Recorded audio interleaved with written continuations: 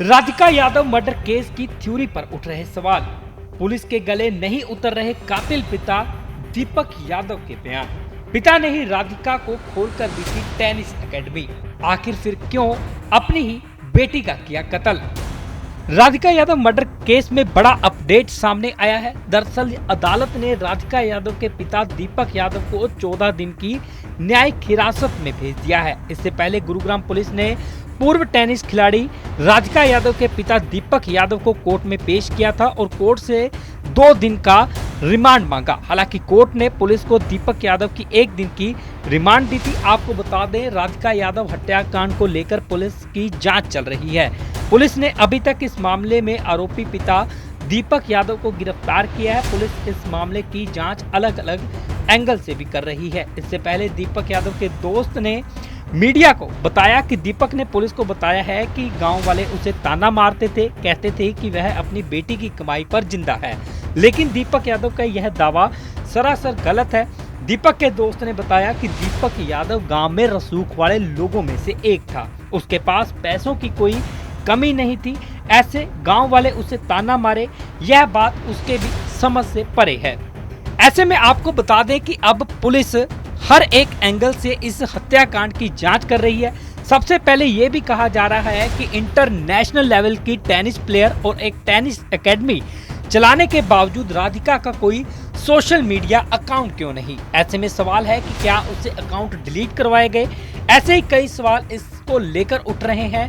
सबसे पहले बात करेंगे बेटी की कमाई की बात, क्योंकि जब पिता ने खुद को बताया कि लोग उसे ताना मारते हैं तो इस पर भी पुलिस की तरफ से अब लगातार जांच की जा रही है। पिता दीपक यादव का दावा है कि जब भी वह गांव में दूध लेने जाता था तो गांव में लोग ताना मारते थे कि तू अपनी बेटी की कमाई खाता है। पहले वह मेडल जीतकर आती तो कैश इनाम मिलता था, फिर उसने एकेडमी खोली, अब वह गानों में भी एक्टिंग करने लगी है। इस दावे पर इसलिए शक है क्योंकि दीपक यादव बिल्डर है, उसकी खुद की करोड़ों की प्रॉपर्टी है।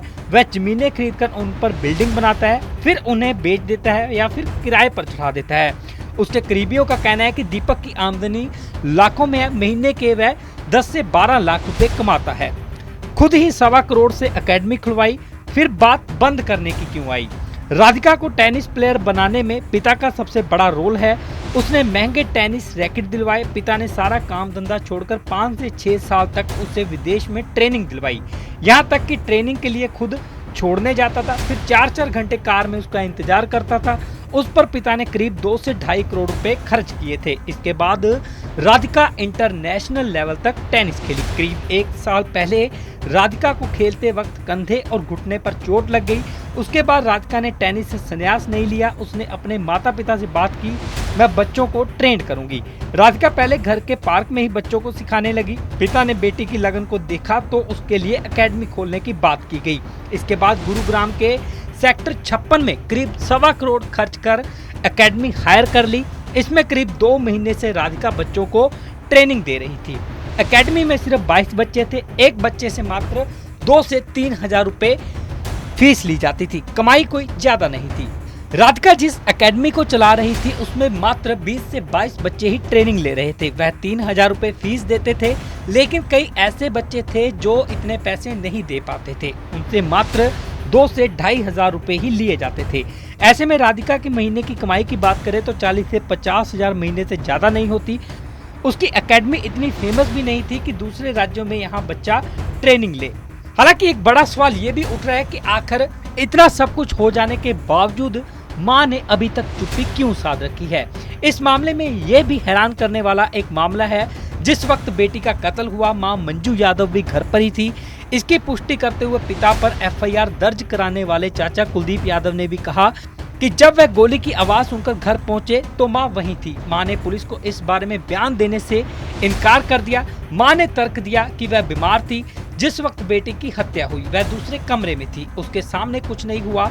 मां ने इस पूरे मामले में मीडिया से भी दूरी बना रखी है। ऐसे में पुलिस को शक है कि मां और बाप ही कत्ल की वजह जानते हैं। राधिका का एक भाई भी है, लेकिन वह घटना के वक्त घर पर नहीं था। फिलहाल परिजन उसे किसी को मिलने नहीं दे रहे। अन्यथा घर में अगर किसी बात को लेकर राधिका और पिता का झगड़ा होता तो उससे पता चल सकता था। हालांकि ये कई तरीके के सवाल राधिका की मौत को लेकर उठाए जा रहे हैं कि आखिर ये वही पिता है जिसने पहले अपनी बेटी को टेनिस खिलाड़ी बनाया और इसके बाद उसको करोड़ों रुपए की लागत से एकेडमी खोलकर दी। फिर बाद में उसी एकेडमी को बंद करने का दबाव बनाया गया। जब वह नहीं मानी तो कहा जा रहा है कि उसे गोली मार दी। हालांकि पूरा मामला अभी भी स्पष्ट नहीं है, क्योंकि गुरुग्राम पुलिस के लिए यह एक जो मर्डर है वो लगातार पहेली बनता जा रहा है। पर असलियत में क्या वजह हो सकती है वह अभी जानने में थोड़ा और वक्त लग सकता है, क्योंकि पुलिस की तरफ से लगातार इस मामले को लेकर हर एक एंगल से जांच की जा रही है। पर जो पिता ने बयान दिए हैं उसमें यही कहा गया कि गांव वाले उसे ताना मारते थे कि वह बेटी की कमाई खा रहा है, जिसे लेकर ही उसने अपनी बेटी की हत्या कर दी।